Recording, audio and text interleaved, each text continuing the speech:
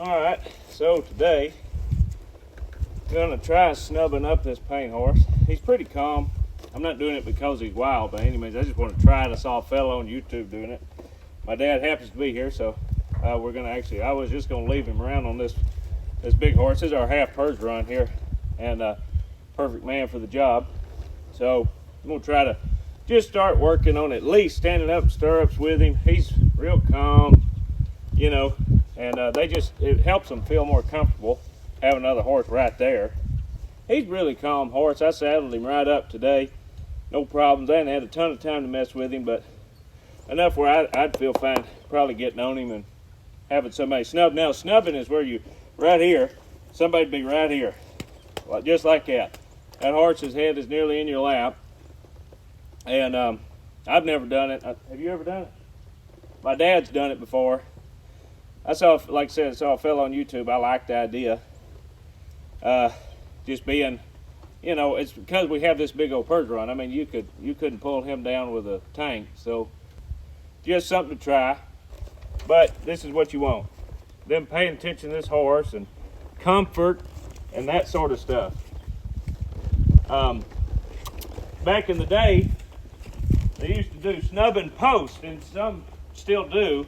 And this is kind of that idea, you know. You got anything other to add to that? Oh, and so what the plan is, right there, let him know that he can't get away. You get on him, sit on him, pet around on him, let him know you're there, and you just kind of walk. You can walk around a little bit.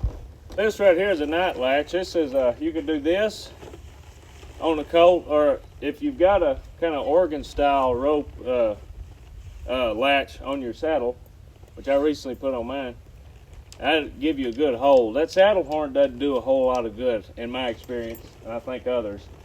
I don't know, it just doesn't have the right kind of give, and it's in an awkward spot. So I've used this night latch. It's a little tall, I think, the more I think about it, as in it's too close to your belly, but it does pretty good, and I like it. So a night latch is a good friend to have unless you're braver than me. The first thing you want to do is put weight in your stirrups. Get them used to feeling that you're going to come up and you're about to mount, you know. You could get loose pretty easy like this. You just pop down out of your stirrup. You ain't got both going on here. Pet around on them. The thing about it is, once you go, you go. You don't halfway do it. Everything I've said this far on my videos that my dad's taught me, you don't halfway do it. That's when you get hurt. Every time. You got to decide that you're going to put your booty down and you're going to get a hold. So, anyway. Over the gums, over the lips. Look out stomach.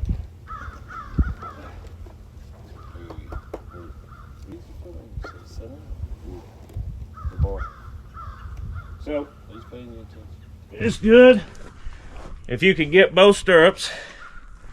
Let him know you're up there. That's good. We'll just start easing around and see what happens. So when you're doing this, head on them, let them know you're there.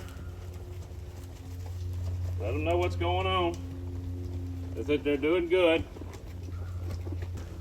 We're gonna switch directions, getting this other eye. He's done good in his weaker eye, the one that he's more scared of. He's done good in that eye. He sees me in this one now. He's a little more paying more attention. And I'm just sitting up here, by the way. I'm just sitting up here. That's all I'm doing. I'm not pulling, I'm not tugging, I'm not kicking. I'm not doing none of that. I will flex him here in a minute. About to ball up on you. You can feel it under your rear end. They just start kind of hunching their back. I haven't felt that from him yet. I don't mean I won't. I gotta have something in my offhand. I don't know how to explain it. It's just a preference for me. If they go to pitching, I'd really like to have something here. And my dad tells me if you're a real man, you grab a hold here. I just ain't quite worked it to get both hands on the cotton reins. So, but like I said, I ain't ever had a bit in his mouth. So we're gonna just real easily get him to start paying attention to it. I'm gonna just slight pressure. He gives me a little, I give it right back. He's pretty preoccupied with it right now. I'm just gonna pull it. There we go. It gave me just a little bit. We give it right back. And that teaches them to be soft, soft. To yield to pressure every time they feel it versus react to pressure. You want them to respond to pressure, not react to pressure. He's doing fine. There you go. Now you turn away from me.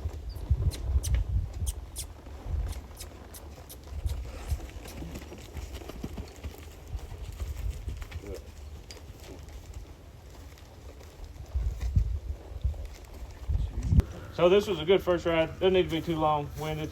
It's great just to get on him. And he just really, out of all three of these colts I've rode, he's been the calmest. Been the coolest out of all of them. I mean, just doesn't really, hadn't been real bothered by anything. So I'm excited about this horse, see how he does.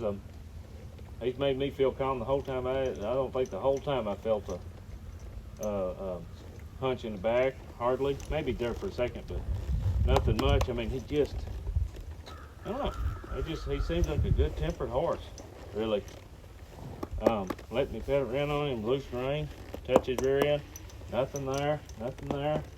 He's curious, but other than that. So now to get off, by the way. Get off of them. You don't just get off of them with their head straight because they'll run out from under you. Maybe. They can. That's tempting at least. So you want to pull their head around. See, by the way, how good he just flexed that through his exercise. Let him know you're coming off. Let him know you're coming off. Get your foot out of your stirrup. Get ready.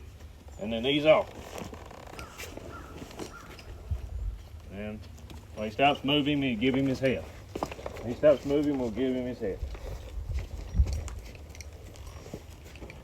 Good. That was a good first ride on Penny, or whatever his name is.